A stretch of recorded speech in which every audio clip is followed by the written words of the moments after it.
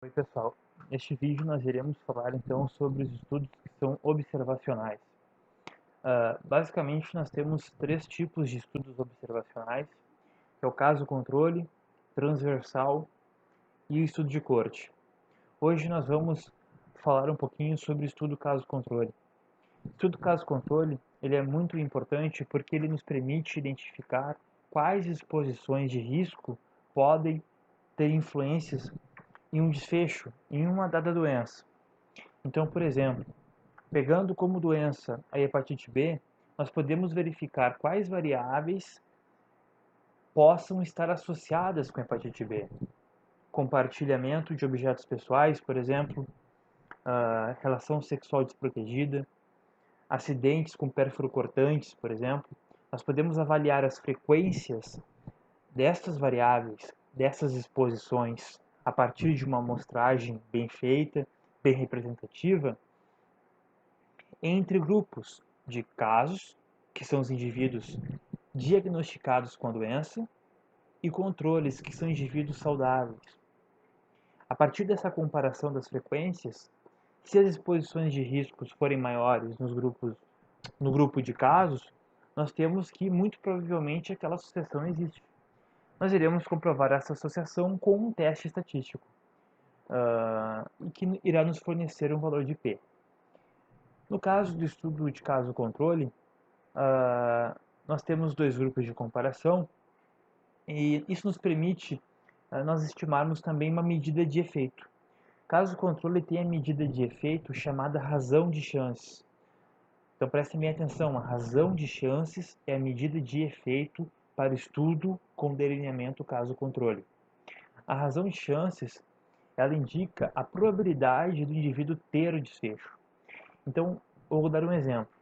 O indivíduo que tem um acidente com um pérfuro cortante contaminado com o HBV, ele pode ter, por exemplo, uma razão de chance de 5 para a hepatite B. Isso significa que ele tem 5 vezes mais chances de contrair o vírus, de ter hepatite B, se caso ele foi exposto à variável de risco, se ele teve um acidente com pérfuro cortante contaminado pelo vírus. A medida de efeito ela sempre vem acompanhada pelo intervalo de confiança, para dar confiança à variação da medida de efeito. E também sempre vem acompanhada pelo valor de P, por isso que eu sempre falo da importância do valor de P. Então, em um estudo caso-controle, é sempre importante nós entendermos que ele é um estudo que serve para verificar associações de exposições de risco com uma doença. Há uma medida de efeito que se chama razão de chances. Quanto maior essa medida de efeito, quanto maior o seu valor, maior a chance da doença acontecer. Se esse valor for menor do que 1, significa que a exposição, na verdade, protege contra o desfecho. É sempre importante que o intervalo de confiança não passe pelo número 1, porque isso indica um resultado nulo. Nós sabemos que em um estudo científico, numa amostragem que nós realizamos, há uma série de variáveis. Então, por exemplo, no exemplo da hepatite B, um acidente com pérfuro cortante contaminado pode aumentar as chances em até 5 vezes de hepatite B.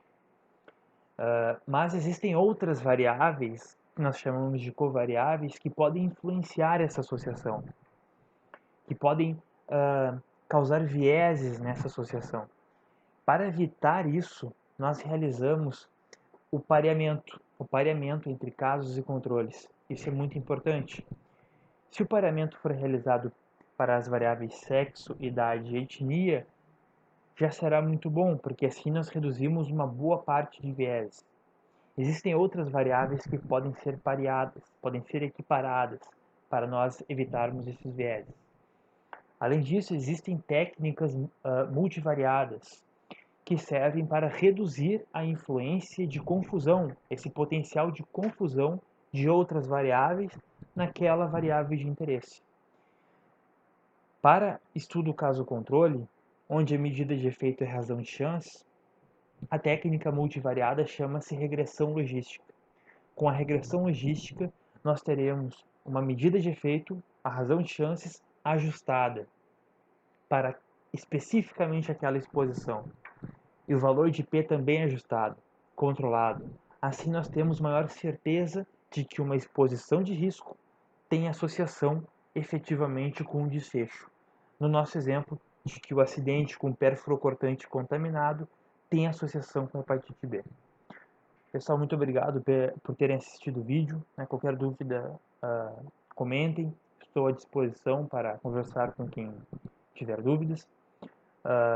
E nos próximos vídeos eu irei abordar o delineamento transversal e de corte.